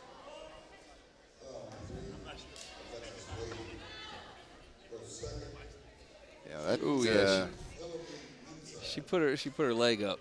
Yeah, I'm not so sure about that. That's not smart. No. No. And when you're ahead by 30 points or almost 30 points, it's really unnecessary. It's unnecessary anytime.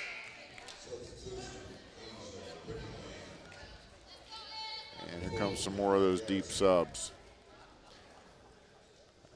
Mensa, the last 2 possessions for MC, 4 points, 2 assists, and a steal. So, nice little run for her. She's been a nice active player today. Makes the shot. She's a freshman out of Northwest High School. So another freshman. Raptors have just 3 sophomores. State champion football team at Northwest. What a program they've put together out of Germantown. Used to be Seneca Valley was pretty much the boss of Northern Montgomery and one of the best teams in the state for many years. And Northwest has pretty much caught them and passed them by. Yes, it used to be Seneca Valley and Damascus. Those were the big 2 up there. Damascus lost in the state championship this year to Franklin out of Reisterstown. And Franklin has, right outside of Baltimore, but Franklin had 3 players going to Division I, West Virginia for 2, and Tennessee for another. And that's just, you just shake your head.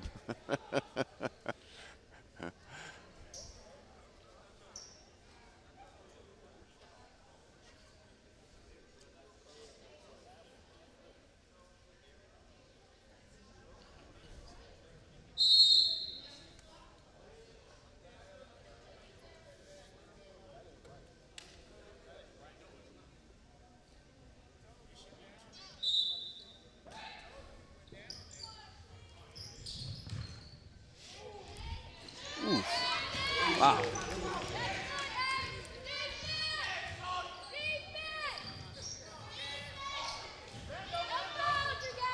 Some of those inbound plays tonight from the Panthers have been fantastic. Oh, they're a very well coached team. I'm very impressed. You can't help but be impressed.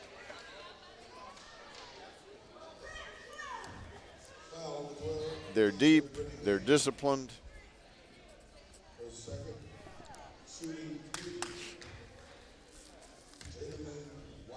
They're athletic.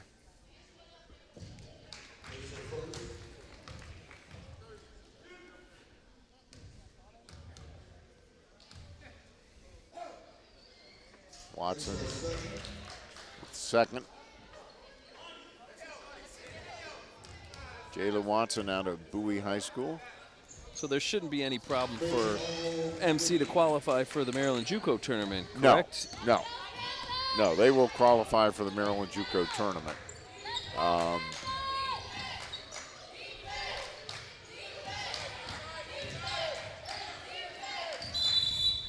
And there's another travel. It's that little jump before they dribble. It's almost the push-off foot has to stay. It's easy for us to say. Yeah.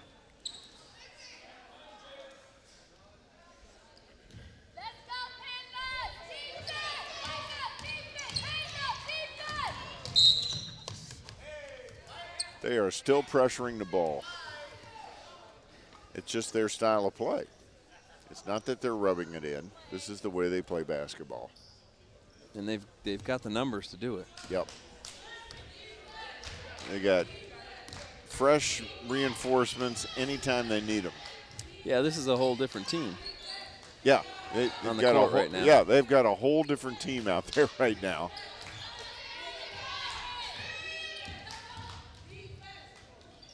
And they're fresh. They've all played maybe 15 minutes.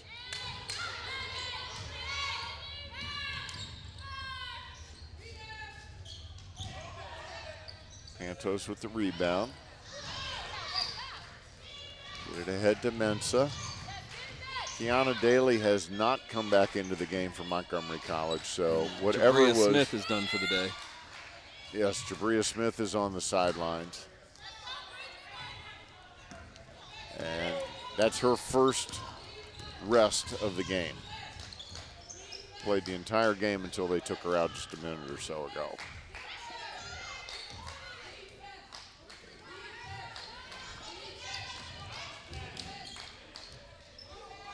And there's Brittingham. She's had a nice game.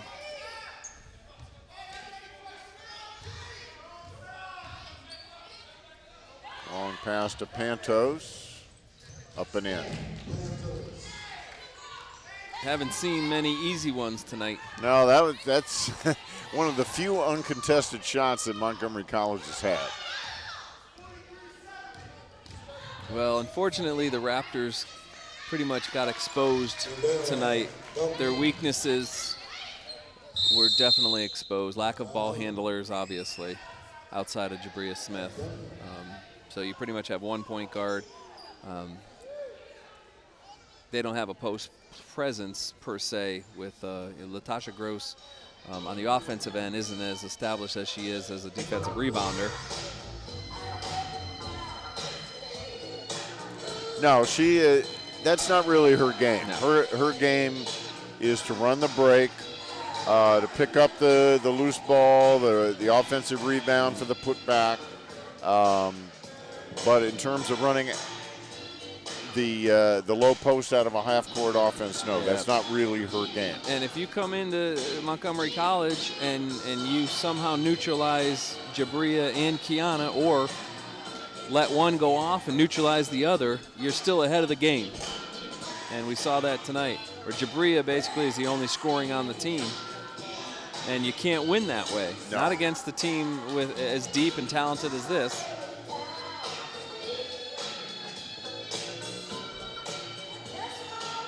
And to be called on to be the point guard, the person breaking the press, the distributor, and the scorer. I mean, Oscar Robertson could do that, but not. I mean, this is. It's not how it's going to be here. And, No. you know, you're asking her to do 4 things. No, a little too much onus on Jabria Smith. Just a little too much reliance, and it was exposed tonight. You hit the nail on the head with the exposure.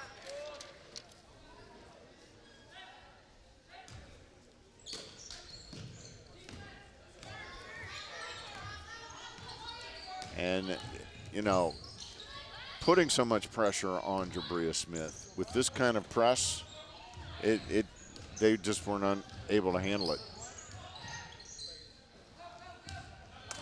So they've got plenty to work on with a couple of weeks left to go in the regular season.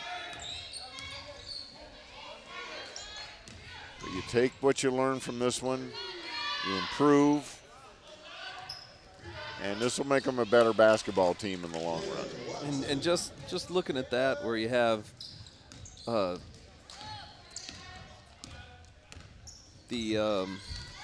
losing my roster here, Amaya Howard, where you have her length and she's putting shots back, and MC just does not have that type of length and athleticism right now. They've had it in the past. We've seen it. Oh yeah. No, this is one of the smallest additions of an MC women's team I've seen in a while. And it really struck home when I was studying for this game and looking at the two rosters and the height differential. And we haven't really done many games where MC was outsized consistently. No. Of course, we definitely saw it in the men's game earlier tonight, but that's a little bit different story given the circumstances Definitely different story of the men's game. No, we fully expected this game to be a tight one. And it was for the first 15 minutes, but the last 5 minutes of the first half, all of a sudden, a very tight game, went up to a 12-point lead for Baltimore City at the half. And it, other than a nice little run to start the second half by Montgomery College, they cut the lead to 10. And then it was a 21-2 run. 21-2 run before MC could. It was 41-31, and the next thing you know, it was 64-33. Yeah, 41. It was 41-31 at one point. And then a 21-2 run. Yeah. When we thought we were going to have ourselves a game. Yeah.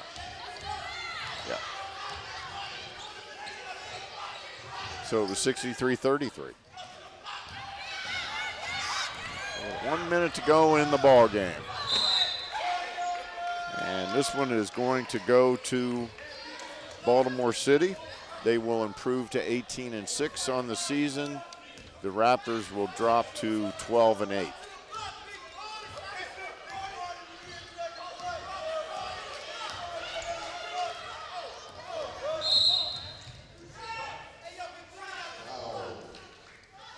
And with 46 seconds to go, the officials get one more foul in.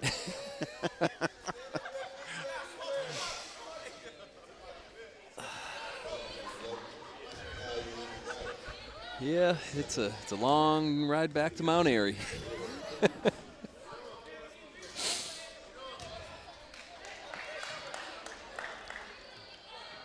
That is a bit of a ride from Takoma Park to Mount Airy, isn't it? Gives me a lot of time to think. Which can be a dangerous thing at this time of night. Right. Lindsay with the putback, no good. Again, nope. She's active. She's a little athletic. Yeah. Has long arms. Once she can corral her, her kind of exuberance with getting these shots off a little too fast. Take your time. A little quick with the trigger. Nice look there.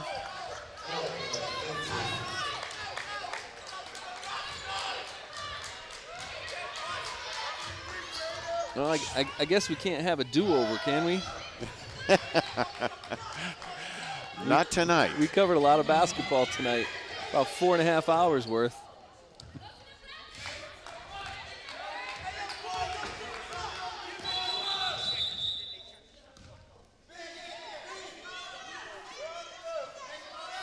So everyone on Baltimore City has played.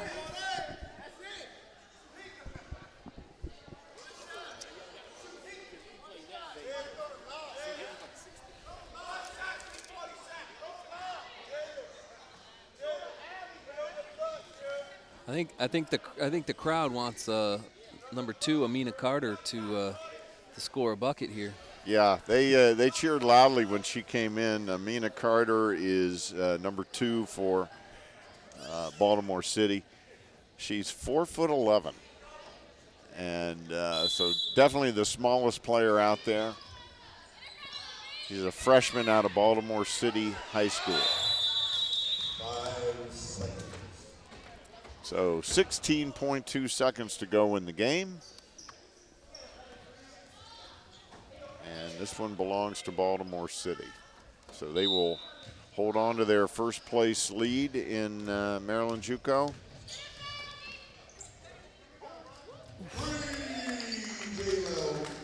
Jalen Watson with a 3. Making it respectable. And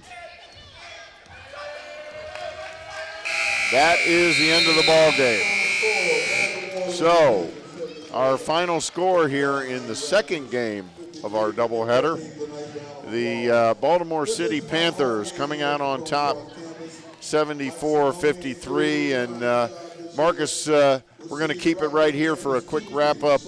What can you say about this game? Well, it was not very close outside of the first 5 minutes. I guess talent-wise, you could just see it. You know, the Panthers came in here with length. They came in here with depth. The best player on the court tonight was who we expected probably in Michelle Wright. They had a lot of answers. Montgomery College had no answers for the press. And MC has a ball handling problem, and Baltimore City has a fantastic press problem, if you want to look at it like that. So a doubleheader sweep for Baltimore City tonight, which we certainly did not expect. No, we didn't, and you know, we talked about getting a do-over, and I guess we can't get a do-over, but we learned a lot tonight. You know, we learned a lot about there is a force, and that's Panthers basketball, and that's the men's team and the women's team, and you know, we got something to be worried about over the next couple of years. That's for sure. So once again, from the Takoma Park Silver Spring campus of Montgomery College, the final score of the second game of our doubleheader: the Baltimore City Panthers 74, the Montgomery College Raptors 53. For Marcus Rosano and for everyone on the hard-working Montgomery College television production crew, thank you so much for watching Montgomery College basketball on MCTV.